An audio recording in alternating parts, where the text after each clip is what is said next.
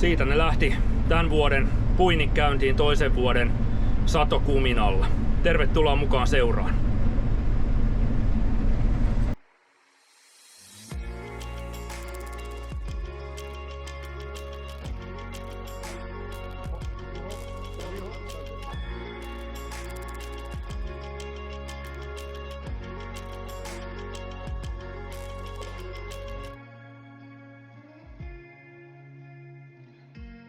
Kuten aiemmissa jaksoissa puhuttiin, niin kumina talvehti tänä vuonna hyvin ja mä oon tässä parhaillaan puimassa ensimmäisen 100 vuoden kuminaa. Ja kasvusta näyttää hyvältä ja siitä irtoaa ihan hyvin tavaraa. Ja niin kuin näette, niin mä en käytä launostokelaa kuminalla yleisesti ottaen ollenkaan.